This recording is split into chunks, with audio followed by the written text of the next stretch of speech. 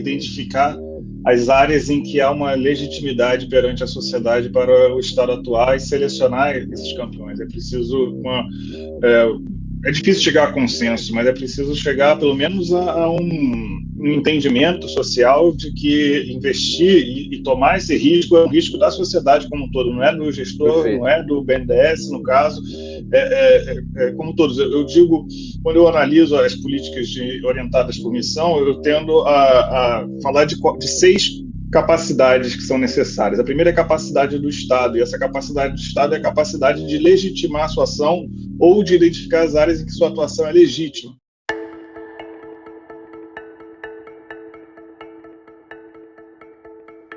Olá, sejam bem-vindos a mais um episódio do nosso podcast Missão Desenvolvimento. Eu sou Paulo Gala e tenho a alegria e honra de receber aqui nosso amigo do programa já, Caetano Pena, para falar hoje sobre um tema super interessante, super controverso, que é o tema dos campeões nacionais ou da seleção de campeões nacionais. É um tema muito debatido no Brasil, né? Talvez até mais no Brasil do que no resto do mundo, e vale a pena a gente mergulhar nisso, porque tem casos incríveis, né? Eu destacaria aqui alguns campeões nacionais que talvez muitos de vocês conheçam e já tenham ouvido falar, que são Boeing, Airbus, Toyota, Tesla, Hyundai, Samsung, LG, Philips, Ericsson. Vou parar, tá, Caetano? Porque senão a coisa vai embora. Mas vamos falar um pouco da história dos campeões nacionais, que são, na verdade, campeões internacionais do mundo, né? E de como os governos mundo afora participaram, né, da construção,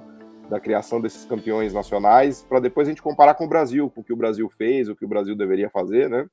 E para falar disso, ninguém mais, ninguém menos do que o Caetano Pena, que é uma das pessoas que mais estudou esse tema, né? Grande conhecedor. Caetano, eu queria te dar as boas-vindas, pedir para você falar rapidamente sobre você. Você já esteve aqui no programa, mas para quem não te conhece, se você puder falar 2 minutinhos assim do que você anda aprontando, por quais países você tem andado. Hoje você está na Holanda? Não, eu nunca sei exatamente em qual país você está. Na Holanda. Estou na Holanda. Bom, boa tarde ou bom dia a todos. Eu, Caetano Pena, sou professor adjunto de Economia Industrial e da Tecnologia da UFRJ, Universidade Federal do Rio de Janeiro, que atualmente eu estou em licença, trabalhando como pesquisador aqui na Holanda, no Centro para Desafios Globais da Universidade de Utrecht. Eu trabalho atualmente no tema da transição para a sustentabilidade, olhando políticas de inovação que promovem a sustentabilidade. Poderíamos falar também uma transição tecnológica industrial, né? Eu também atuo como assessor da Fundação de Amparo à Pesquisa do Rio de Janeiro, na diretoria de tecnologia, na área de inteligência tecnológica e no desenvolvimento das chamadas estratégicas da FAPERJ. Legal. Vamos começar, Caetano, se você concordar, falando um pouquinho desses campeões nacionais, mundiais, que eu citei aqui, porque no Brasil esse debate ficou muito circunscrito primeiro, a uma crítica, né, que se faz muito dura, a ideia de tentar criar campeões nacionais, como se isso não funcionasse, né, e obviamente que não há nenhuma garantia que realmente pode funcionar, mas é colocado no Brasil de um jeito que parece que só o Brasil tentou fazer isso e não conseguiu, e que o Brasil está fazendo algo completamente errado, né, e que o Brasil estaria na contramão do que se faz no mundo, quando na verdade é justamente o contrário, né? O que a gente mais vê na história das nações e do desenvolvimento econômico é a criação de campeões nacionais que acabam se tornando campeões internacionais, né? E com isso eu não quero dizer que o governo ele seleciona vencedores. Na verdade, o que ele faz ele ajuda a construir vencedores, né? Que se revelam, que se mostram construtores, né? Vencedores, desculpe. Eu gosto muito do exemplo da Coreia, né, em que o General Park ele deu todo tipo de subsídio que você possa imaginar, por exemplo, para Hyundai, para Samsung e para LG, né, nos anos 70, com o objetivo, com a meta de conquistar o mercado mundial. E são empresas que conseguiram virar campeões internacionais. Muitos outros chaeballs não conseguiram na Coreia. E o General Park, inclusive, o governo puniu duramente esses chaeballs que ficaram ali na ineficiência, não conseguiram apresentar a sofisticação tecnológica, não conseguiram conquistar mercados mundiais, né? Então, só para dar um exemplo aqui, né? Mas, enfim, eu gostaria de te ouvir, porque eu sei que você estudou muitos casos já e eu acho que seria legal a gente começar pelo mundo, né? Para dar uma perspectiva para o debate brasileiro do que acontece no mundo, né, Caetano? Então, vou dar um pano de fundo aqui. Eu comecei a escrever um artigo com a Mariana Mazzucato sobre esse tema deve ter uns 10 anos já, e a gente acabou engavetando o artigo, mas eu levantei bastantes casos, na verdade foram 15 casos, né? Você citou outros que eu deveria ter incluído. Mas para dar uma ideia, a gente olhou, eu levantei e fiz fechamento do caso da Rolls-Royce, não da divisão A Rolls-Royce. de A Rolls-Royce automóveis, é mas da divisão de fantástico, né? motor. Que a Thatcher É. dando dinheiro para a Rolls-Royce é uma ironia do destino, né?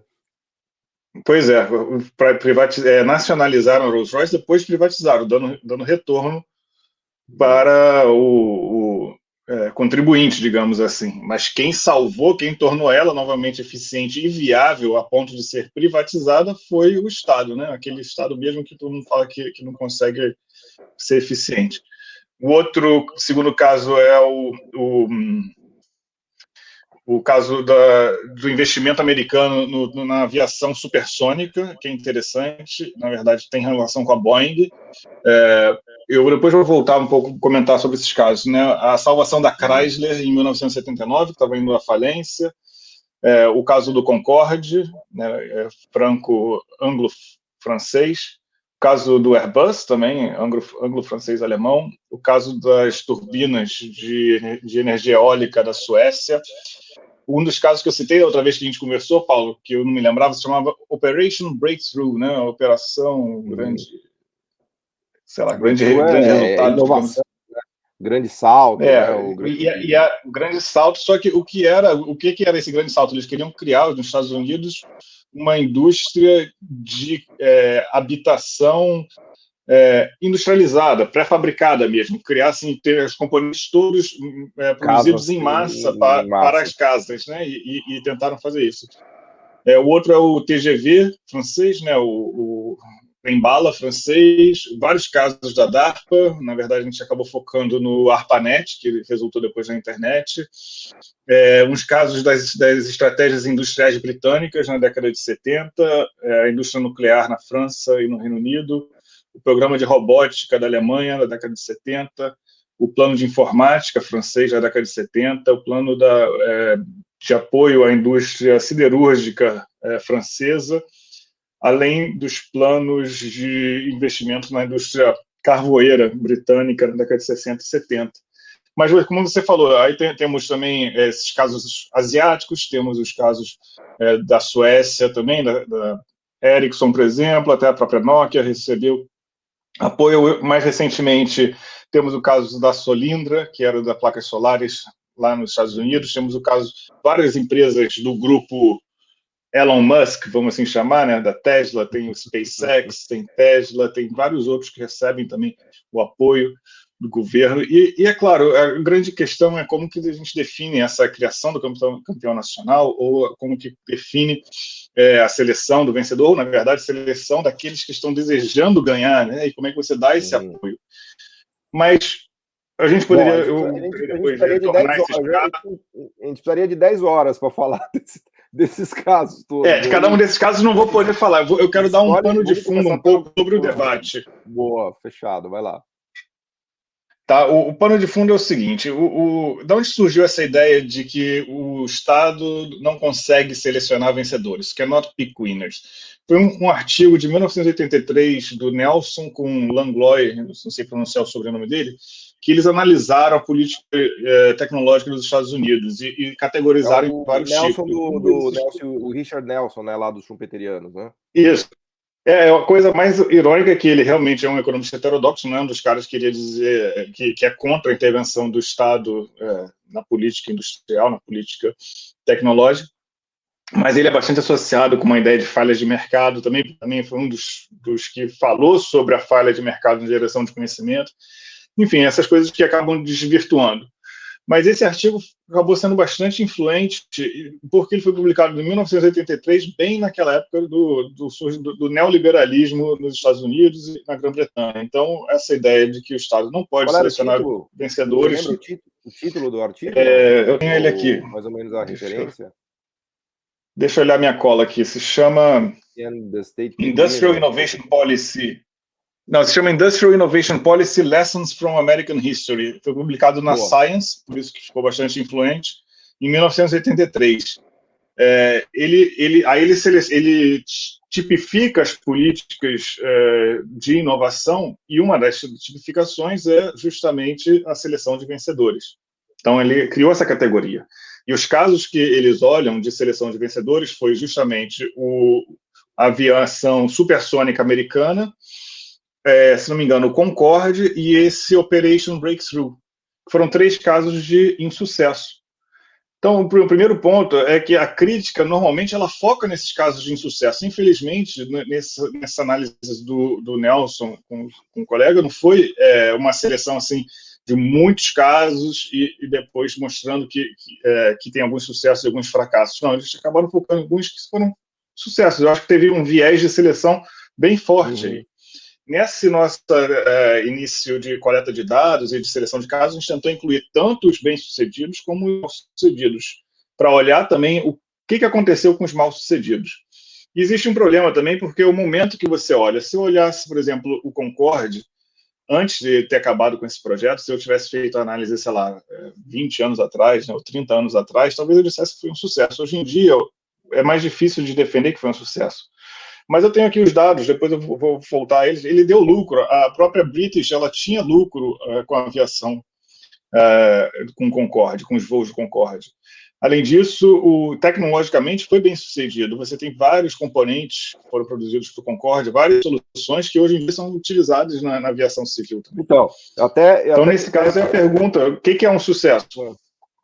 Isso até que eu queria emendar, até para pedir para você explorar um pouco mais isso na literatura, porque você tem um path dependence tecnológico, né? Você tem uma trajetória tecnológica que tem vida própria. Então, por exemplo, o caso do Concorde foi um caso que me marcou muito, da questão dos freios de carbono, né? Que eles tinham um drama ali que era como frear um avião que aterrissava numa velocidade tão grande quanto o Concorde, né? Porque os freios tradicionais que você basicamente aplicava na roda pegava fogo. Aliás, tem uma cena maravilhosa do filme que é o Ford vs Ferrari. Não sei se você assistiu esse filme, mas assista, é incrível, porque eu sou meio geek de tecnologia e de cinema, né? Então, eles fazem questão de mostrar naquelas 24 horas de Le Mans que os carros ficam competindo, e o filme é sobre a corrida da disputa da Ford com a Ferrari, porque a Ferrari sempre ganhava Le Mans, e os caras da Ford eram meio ridicularizados que não conseguiam fazer um carro para ganhar alemã, e eles fizeram o Ford Shelby, e o Shelby era o cara lá que foi fundamental, mas enfim, eu tô contando essa história porque eles faziam questão de mostrar o detalhe das rodas e dos pneus pegando fogo em Le Mans, porque depois de 24 horas rodando, e como não tinha o freio de carbono, um dos acidentes mais constantes era pegar fogo no pneu e na roda. Você via o pneu em chamas, assim, então você vê que o filme é muito bem feito, né, porque ele pega esse close, né, do drama que era, e uma das inovações do Concorde foi desenvolver freios de carbono, né, que foram muito eficientes, né, e que inclusive significaram um breakthrough para mundial, né, porque você conseguiu aplicar a frenagem de uma maneira muito mais eficiente. Mas aí eu te pergunto, vamos fazer a avaliação de que o Concorde foi um fracasso, né, que também está aberto à discussão, mas o freio de carbono foi um sucesso. E aí, como é que em que conta você coloca isso, né? Porque teve uma grana lá de dinheiro público francês, inglês, e aí foi meio que perdido, né, Caetano? É difícil lidar com essa coisa da herança tecnológica, né? Por um lado, eu acho que do ponto de vista crítico, os críticos diriam, bom, mas que custo que teve esse freio de carbono, né? Gastaram pra caramba para desenvolver o Concorde e só resultou no freio de carbono. Mas realmente não é isso. Eu acho que, ok, um enquadramento bem limitado dessa forma, porque a minha defesa desse caso seria mais do ponto de vista do aprendizado que foi gerado e que foi fundamental para um outro projeto, que é o Airbus, que a gente duvido que alguém diga que o Airbus foi um fracasso, mas a primeira parceria na aviação entre França e Reino Unido foi com o Concorde.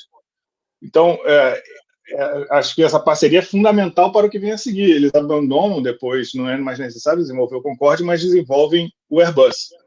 Além disso, na época, foram gerados mais de 50 mil postos de trabalho. Isso realmente fala para quem trabalhou, para as famílias que viveram de trabalhar com o Concorde, que foi um fracasso, que não era algo positivo. Foi, de certo modo, gerou uma economia, gerou ali alguma receita para o PIB e tudo mais.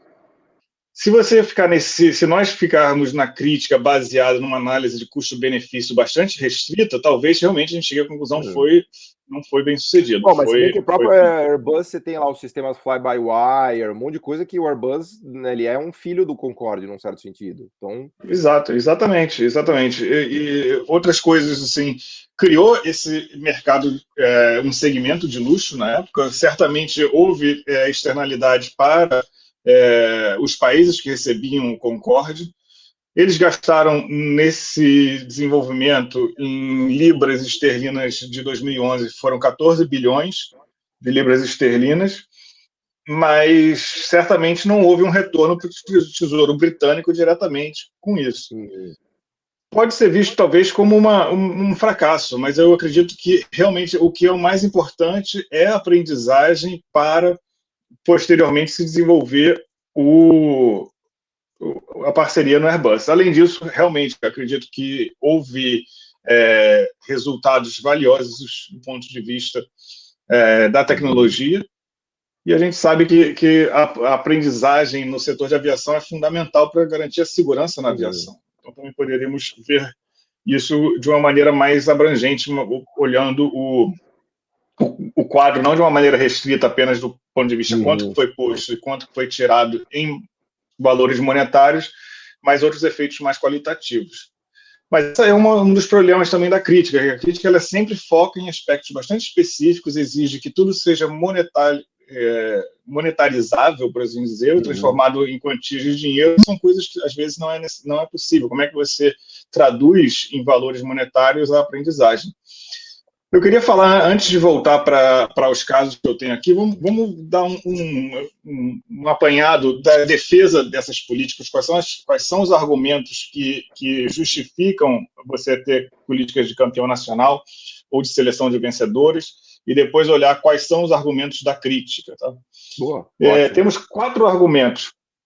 São 4 argumentos, Paulo, você conhece muito bem. Os 2 primeiros têm a ver com o primeiro, né? Vamos falar o primeiro, que é da indústria nascente, proteção e promoção da indústria nascente, é o Infant Industry Protection. Então, você tem, para competir em nível mundial, você tem diferentes barreiras à entrada, e para você conseguir alcançar um nível de produção e produtividade que seja eficiente e competitivo, você requer um período de aprendizagem. É aquela metáfora de que você subsidia seus filhos porque eles ainda não estão preparados para competir no mercado de trabalho, eles precisam ainda aprender. A partir do momento que eles aprendem, ele pode ser posto no mundo e vai conseguir competir com a concorrência. Mas até lá ele precisa de um período de aprendizagem. O segundo argumento é a política comercial internacional estratégica. Então, você está buscando capturar rendas nesse mercado mundial e, para isso, você apoia um campeão nacional que vai competir com outras empresas e tentar capturar um pouco a renda, esse lucro extraordinário no mercado internacional. Aí temos outros 2 que tem a ver com a criação de emprego e receita. Então, você cria porque você realmente quer criar no seu mercado doméstico uma empresa que seja capaz de criar emprego e renda para a sua população, além de você ter o último argumento relacionado com indústrias e tecnologias estratégicas ou por razões de segurança nacional. Então, você cria aquelas tecnologias ou aquela indústria que requer, que você precisa deter para poder ter soberania.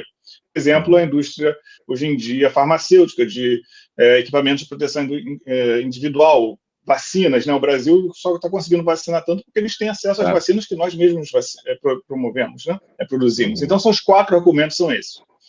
E, claro, os 2 primeiros argumentos, assim, o momento de implantação de uma política baseada nos 2 primeiros argumentos é diferente do momento em termos de desenvolvimento, de estágio do desenvolvimento, de implantação de políticas baseadas nos outros 2. Normalmente, a proteção à indústria nascente e política de comercial estratégica tem a ver com um período de emparelhamento, né, de catching up industrial, enquanto as outras 2 têm já um período de mais maturidade industrial.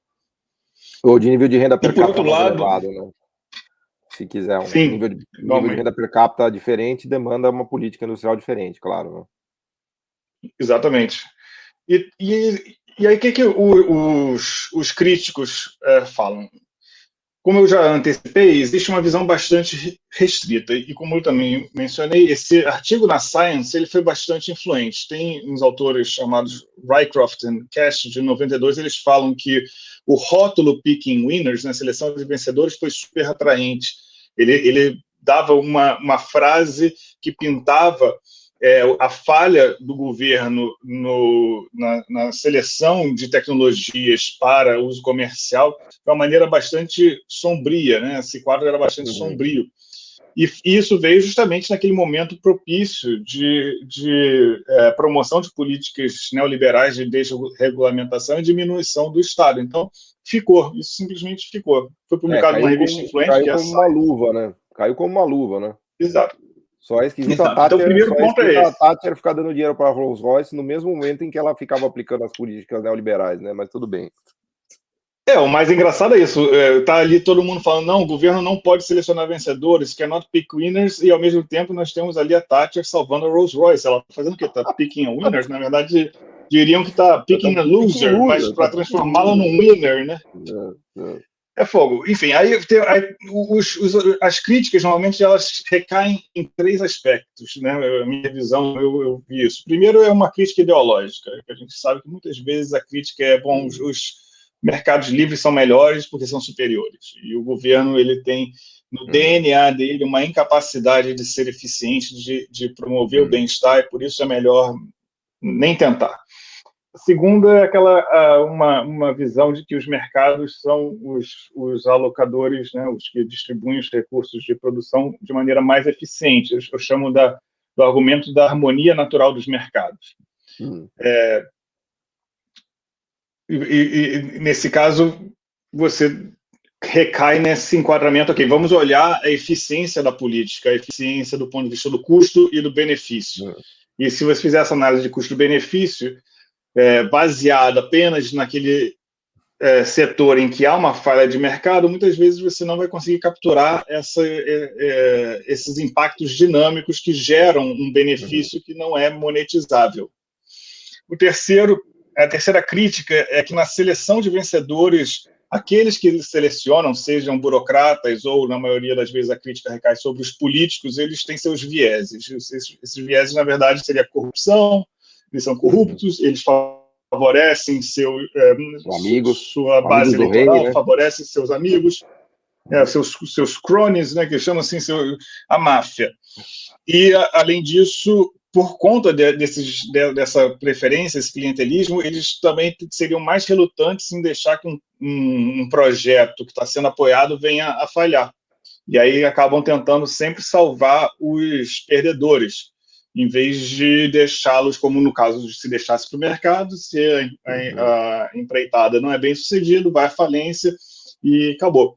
Mas nesse caso você fica jogando mais dinheiro no projeto para que ele seja bem sucedido. Rolls-Royce também é um belo exemplo. Tipo a Rolls-Royce.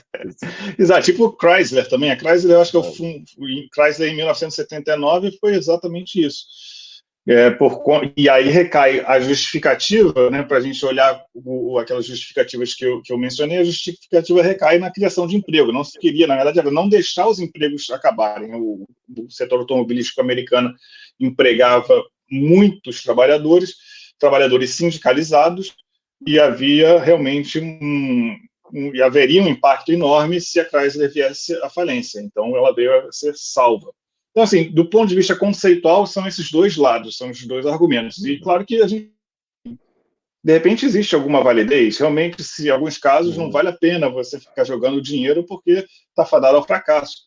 Ou em outros casos você vai falar, não, realmente é necessário proteger essa indústria porque ela ainda não está pronta para competir no mercado internacional, mas ela é fundamental pela segurança nacional. Então a gente combina os dois argumentos. Por exemplo, se a gente falasse da nossa CITEC, né, ela não vai conseguir competir com a Intel no mercado internacional. Só para quem não conhece, só falar para quem não conhece que a CITEC, por incrível que pareça, a gente tem uma empresa no Brasil que é capaz de fazer chips e semicondutores, que fica lá em Porto Alegre, que foi criada.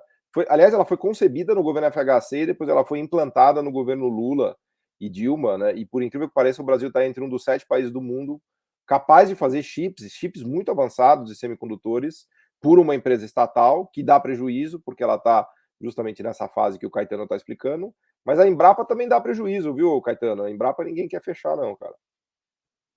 Pois é, a Embrapa é outra, mas que quiseram privatizar, acho que teve na lista do ministro da Economia do Quer passar o Brasil, facão a lá. Embrapa estava lá na lista.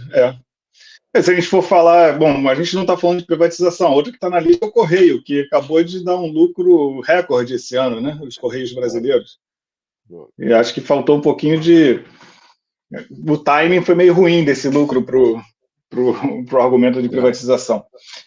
Mas, enfim, a gente também avançou nesse nosso artigo em retratar os tipos dessas políticas de seleção de vencedores. A gente pode classificá-las tanto no nível econômico, seja ela uma política nacional, subnacional ou supranacional, ou em termos de foco também. Ela pode ser uma seleção de um campeão nacional que é tecnológico, ou que é uma empresa, ou que é uma indústria. Então, também, você vai analisar um caso que seja nacional, focado numa indústria, você precisa de um arcabouço analítico diferente se você vai analisar um supranacional que é focalizado em uma tecnologia. Então, não dá para jogar tudo no mesmo saco também nessa análise.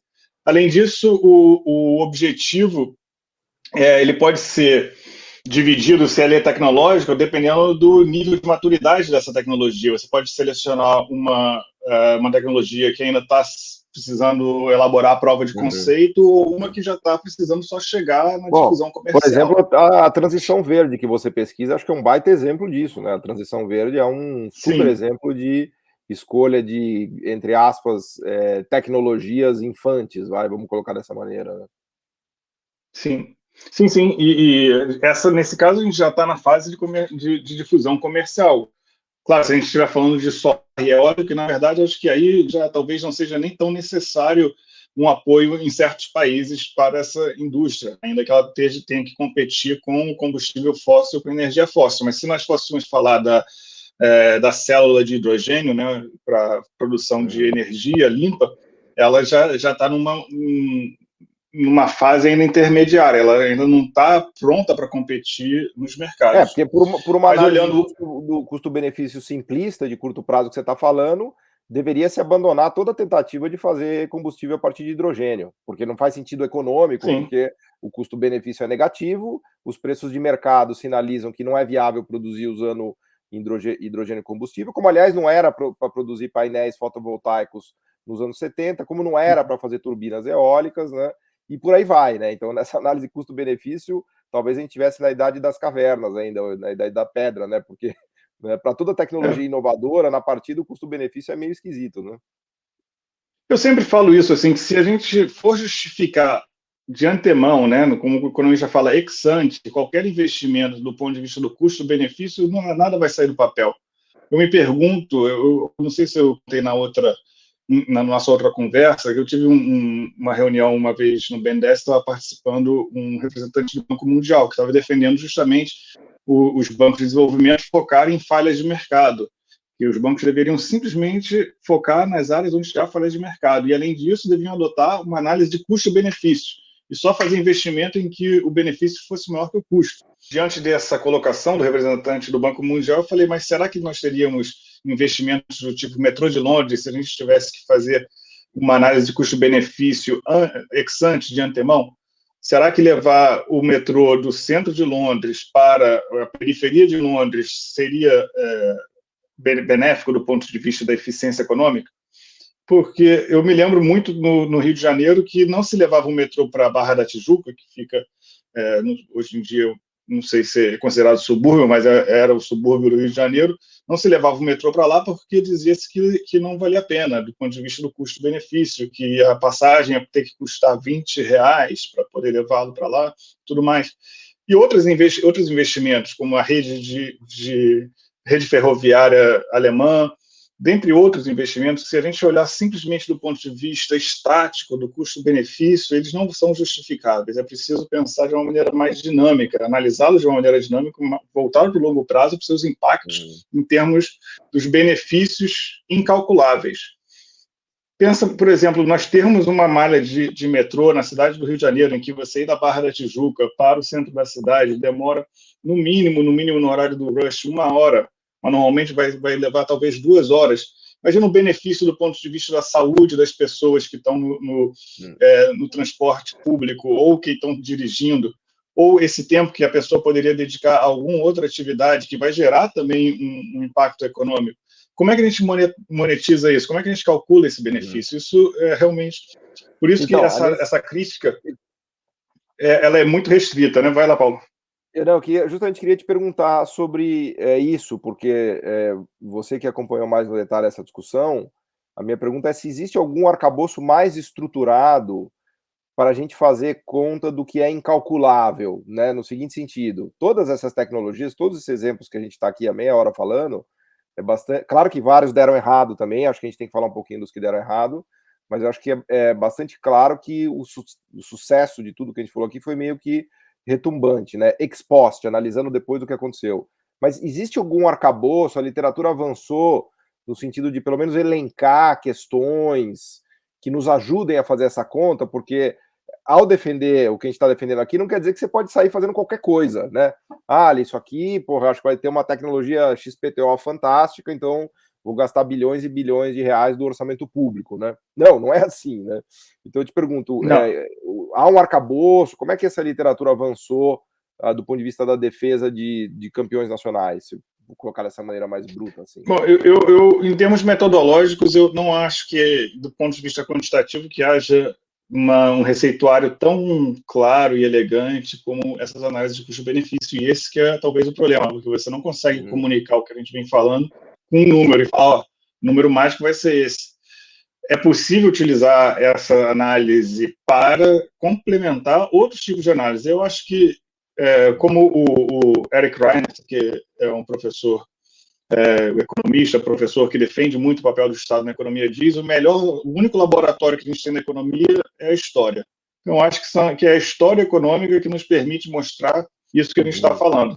Mostrar como é que os países que hoje em dia são desenvolvidos, são industrializados e têm uma qualidade de vida da sua população em níveis acima do básico, como que esses países tiveram e passaram, foi um ponto de passagem obrigatório investirem e protegerem suas indústrias nascentes. Isso a história mostra, não existe outro laboratório que nos permita dizer, ou uma análise contrafactual que diria, não, mas se eles não tivessem feito isso, ainda assim eles seriam ricos por causa disso. Isso não existe. A outra coisa é utilizar, talvez, análise de rede, o que você trabalha muito, análise de complexidade, mostrando a resiliência dos sistemas econômicos aos choques por conta dessa estrutura que foi primeiramente produzida. Então, você analisar como que evoluiu a economia ao longo do tempo. Isso, alguns indicadores quantitativos permitem complementar essa análise mais qualitativa histórica. Não acredito numa ciência econômica de um só método. Eu acho que são os diferentes métodos que se complementam e revelam diferentes facetas da realidade econômica. Tá. Porque realmente é uma posição difícil, né? Quando você tem que defender os projetos especificamente, né? Porque olhando para trás é mais ou menos fácil, mais ou menos óbvio, porque eu acho que esse paper do Nelson ele é bem enviesado, porque ele de fato foi lá e escolheu 3 coisas que deu errado, né? Mas tinha 40 que deram certo, né? Que ele poderia ter falado. Então, eu acho que da ótica de olhar para trás, né? E fazer análise, né? Do que deu certo e do que deu errado, a gente tem exemplos fartos, assim, de muitas coisas que deram certo. Mas no momento que você está fazendo o projeto, e isso é uma coisa que o momento de transição verde, eu acho que ele é bastante emblemático em relação a isso, né?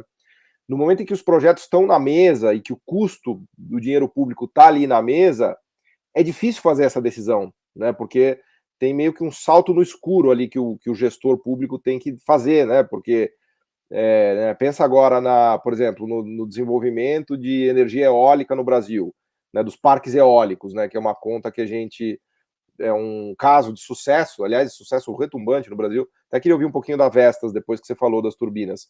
Mas lá, então, o pessoal lá no BNDES tinha que tomar a decisão de financiar ou não um parque eólico lá no Nordeste. E, obviamente, que o argumento era bem claro, né, de que desenvolver uma energia alternativa, limpa, ia trazer desenvolvimento regional para o Nordeste, como trouxe, eventualmente ajudaria a desenvolver uma indústria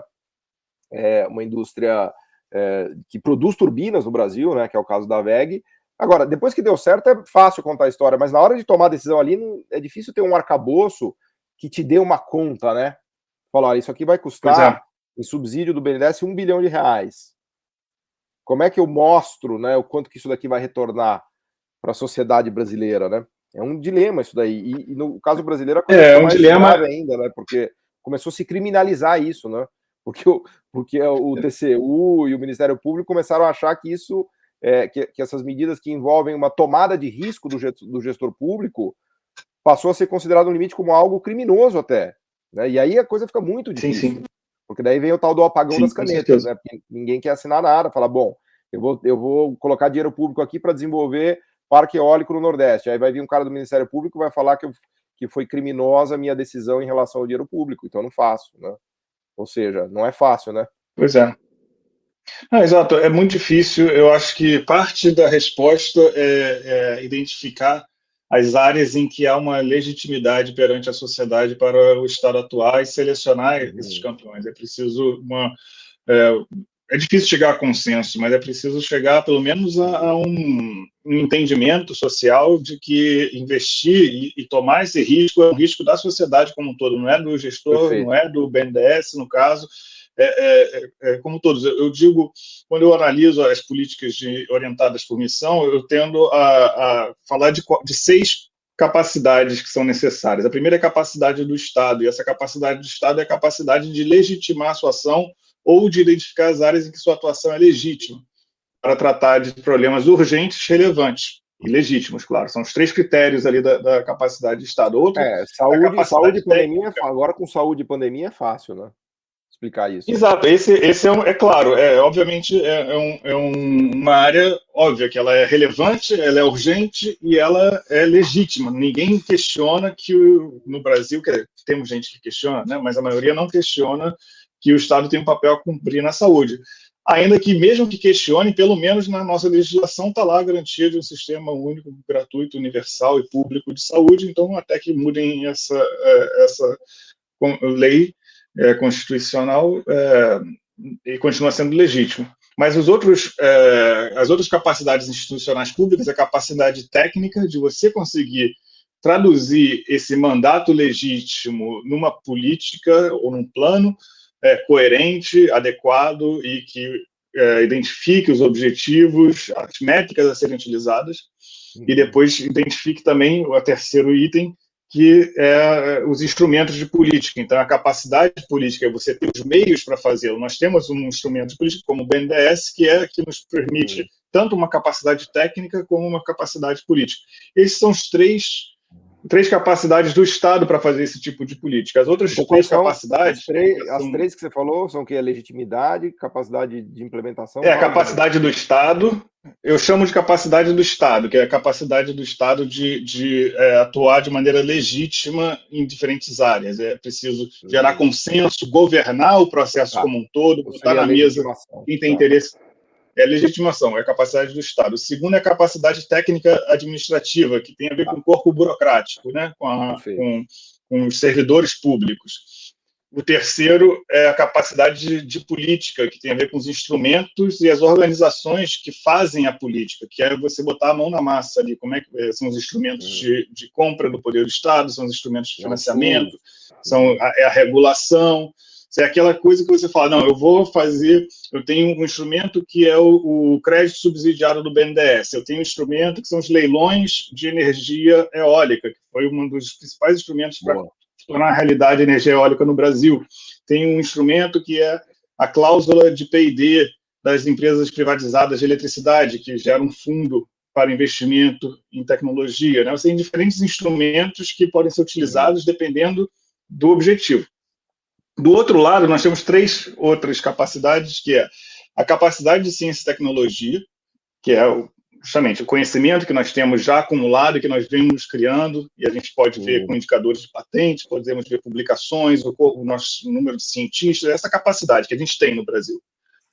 Foi criada bastante arduamente ao longo de quase 5 décadas, que hoje está sendo subfinanciada. Né? E o outro é a capacidade produtiva, que tem a ver com as empresas, com as indústrias, E o terceiro é a capacidade de demanda, capacidade de comprar, é a demanda realmente efetiva, você tem uma demanda sofisticada para você poder comprar aquilo que está sendo produzido. Então, são esses 6 pares de capacidade, essas 6 capacidades, eu falo em pares porque tem a capacidade, que é o estoque, e a capacitação, que é mais um fluxo, né? Mas são essas 6 capacidades que fazem com que essas políticas sejam mais ou menos bem-sucedidas. Entendi. Temos o caso, por exemplo, para dar um exemplo um pouco mais concreto, no plano do BNDES, com a FINEP, chamado Inova Empresa, as linhas que foram mais bem-sucedidas contemplaram, de uma maneira ou de outra, essas 6 capacidades. As menos sucedidas foram as que deixaram de lado alguma capacidade. Por exemplo, o primeiro Inova Empresa, que foi chamado País, foi para o setor sucroalcooleiro, para desenvolver etanol de segunda geração. Ele identificou uma área de atuação legítima, surgiu a partir do corpo técnico do BNDES, então o diagnóstico foi bastante claro e preciso, foi traduzido em instrumentos. Que, aliás, essa foi um sucesso, né? Esse etanol de segunda geração foi um sucesso, né? Foi, e o foco foi na criação da capacidade produtiva, que o Brasil não tinha. Então, nós tínhamos também uma capacidade científica e tecnológica, capacidade de demanda também dada com o nosso setor de combustível de etanol, criando essa demanda. O que faltava era capacidade produtiva, e foi apoiado, por exemplo, a Granbio para desenvolver o etanol de segunda geração. Esse é um caso. O outro caso, por exemplo... Você saberia dizer em poucas palavras o que é o etanol de segunda geração, não? Ele é feito a partir acho que é do bagaço da cana, né? Eu não me lembro direito agora, mas ele não é feito a partir da fermentação da cana e do açúcar, é um processo exato. E o Brasil estava ficando para trás nisso. O diagnóstico foi, o Brasil ele é líder no etanol de primeira geração, mas se a gente for ver os planos da União Europeia e dos Estados Unidos, nós vamos ficar para trás. Precisamos atuar. Então, houve um diagnóstico de onde que o Brasil está no mundo, justificando essa atuação. Mas se a gente olha, por exemplo, o caso do Inova Empresa Aerodefesa, o diagnóstico foi bem feito, uma área legítima, defesa, também o corpo técnico dos ministérios também entendendo bem quais eram as necessidades, identificando quais que seriam as missões, né, quais as tecnologias a serem selecionadas, foi feito em acordo com o Ministério da Defesa e Aeronáutica. Os instrumentos estavam lá, do lado da oferta. O que faltou foi justamente a capacidade de demanda. Nosso Ministério da Defesa e Aeronáutica não poderia apresentar uma posição firme de compra para essas tecnologias que eles mesmos selecionaram. Então, foi mal contemplado aí. Semelhante do caso também do Inova Óleo e Gás. Petrobras também acabou dando para trás, não podendo comprar as tecnologias. E no caso do Inova Sustentabilidade, faltou um diagnóstico mais sólido e uma definição dessa área legítima de maneira mais clara. Foi um pouco um saco de gato, os projetos foram bastante diversificados, não havia muito claro quais eram as missões ali. Quer dizer, esse é o arcabouço que eu digo para... O Inova Defesa não andou, então, no final, e o Inova Óleo e Gás? Chegou a ser Eu estava para atualizar também, porque também tem um artigo que a gente estava olhando. Eu acho que eles não chegaram a dar os resultados que foram pretendidos, não avançaram da maneira desejada e as tecnologias que haviam sido contempladas pelo Aerodefesa e pelo Óleo e Gás, não tenho certeza se elas chegaram ao fim, os projetos. E atraíram menos recursos também, assim, menos interesse. Bom, claro, falta a garantia de demanda firme, aí falta mesmo, porque justamente a questão da inovação é quem vai comprar, a gente precisa de demanda para isso, né? O Inova Fármacos é um que também foi mais ou menos bem sucedido, justamente porque você tinha capacidade de compra do SUS. A política de saúde, na verdade, a política industrial e tecnológica da saúde, ela tem início ali no final da década de 70, se consolida na década de 80, realmente atinge um marco significativo com a Constituição de 88 e depois com as leis complementares que regularizam o SUS posteriormente, continua, inclusive, na era FHC, com a lei de genéricos, com Lula, com Dilma, com todos. Eu fico injuriado, porque assim, você vê as pessoas xingando, não, BNDES, que absurdo, defendendo campeões nacionais, os amigos do rei, não sei o que. Aí o cara, né, tá no bar lá, discutindo com os amigos, tá falando um monte de besteira, aí ele vai na farmácia e compra um monte de remédio barato para o parente dele que está doente, né? Você vai comprar esse remédio nos Estados Unidos, custa 10 vezes o preço, né? O Brasil tem uma oferta de remédios hoje incrível, né? Em termos da coisa dos genéricos, do que o BNDES financiou.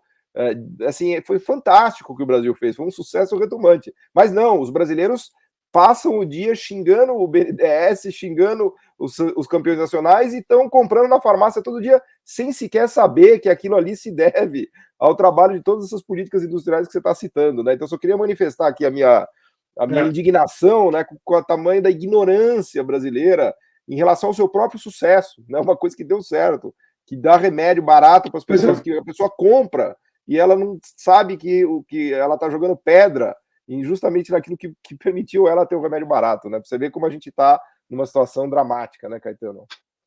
Esse é o caso realmente da justificativa da segurança nacional, do nosso interesse nacional, essa área de saúde, né? E você desmerecer isso e dizer que o BNDES não deveria agir nessa área é realmente você jogar contra si próprio, né? Que país hoje em dia tem capacidade de produzir vacina que nem o Brasil tem? Nós estamos produzindo 3 vacinas, se não me engano, já estamos aí com uma plataforma para produzir a vacina de RNA mensageiro. Que país pode fazer isso, né? Tem esse papo, vamos abrir e quebrar as patentes das vacinas contra a Covid, mas isso não é suficiente, você precisa ter capacidade produtiva. O Brasil tem essa capacidade produtiva. Tem por causa da Fiocruz, do BNDES, Fiocruz.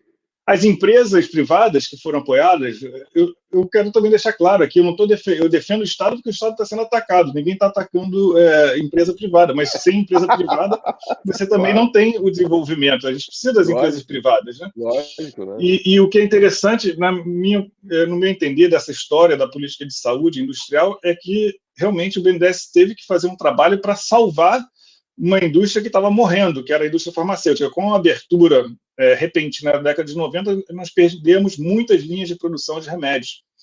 E, tanto que a primeira fase do Profarma foi o Profarma reestruturação, para reestruturar as linhas de produção e criar fábricas com boas práticas de fabricação, e a partir do segundo momento começou então aquela inovação incremental para começar a apoiar empresas que querem fazer genérico, que é uma fase de aprendizagem, até que chega no momento que é para fazer medicamentos biológicos, né, de biotecnologia, e para começar a fazer ensaios clínicos. Eu não tenho informação por que foi terminado o Profarma, né? Mas o Profarma, se não me engano, foi no governo Temer, deixou de existir, o que é realmente uma pena, mas tenho certeza que o BNDES continua atuando aí de outra forma na área farmacêutica. Boa, fantástico, Caetano. Eu estou preocupado que a gente já bateu o limite aqui do horário, então eu queria só te passar aí para umas palavras finais, te agradecer por essa aula que você deu para a gente aqui de seleção de campeões nacionais. Tenho certeza que quem nos ouviu aqui vai repensar, vai refletir agora com muito mais cuidado, né, sobre esse tema que não é trivial, né? Nós não estamos aqui dizendo que é para sair selecionando campeões nacionais, mas o que a gente está dizendo aqui é que essa questão precisa ser estudada a fundo, que é uma questão séria, né, uma questão muito relevante, especialmente para países pobres e emergentes como o Brasil, né? Então é fundamental que a gente desmistifique, né, e estude isso, né, de peito aberto, de maneira clara, né, e não fique nesse chavão, né, que tem por aí. Mas enfim, eu te passo a palavra aqui para você dar uma última mensagem aqui, te agradeço. Legal, Paulo. Bom, obrigado pela conversa, me permitiu retomar aqui esse material, fiquei até com vontade de realmente ver se eu consigo tirar ele da gaveta e transformar num artigo. Não, vamos nessa, vou dar uma olhada com calma e ver o que eu posso fazer aqui, inclusive incluir mais casos, né? Eu acho que a lição que eu gostaria de passar para o Brasil, que não é uma questão de se apoiamos empresas nacionais para competir no mercado internacional, é como. E o outro ponto também é que quando você defende uma política de campeão nacional, parece que você quer ter uma empresa que vai dominar o mercado brasileiro também. Não é isso. Para o mercado nacional, a concorrência é muito importante, mas é melhor ter várias empresas fortes que possam competir no mercado internacional do que você não ter nenhuma e ficar refém da política de preços, por exemplo, de empresas internacionais. Por exemplo, como você diz, no caso de medicamentos, né? Então, é preciso pensar estrategicamente de acordo com os próprios interesses. E eu acho que não existe uma receita tão clara do ponto de vista do custo-benefício para justificar uma política dessas. É importante, sim, a geração de consensos, de uma ideia do que nós queremos ser, de como que nós podemos alcançar o que nós queremos ser e como que nós todos, como cidadãos brasileiros, estamos dispostos a arcar com o risco, com o custo inicial juntos para, no futuro, termos uma sociedade melhor e uma economia que cresce e dá economia para todos, e dá oportunidade para todos. Boa. Fantástico, Caetano Pena. Muito obrigado pela sua presença aqui novamente. Vou te convidar de novo. Você terá que vir várias vezes aqui, se depender de mim. Obrigado, Paulo. Vai ser um prazer. Boa. Obrigado, gente. Obrigado a todos.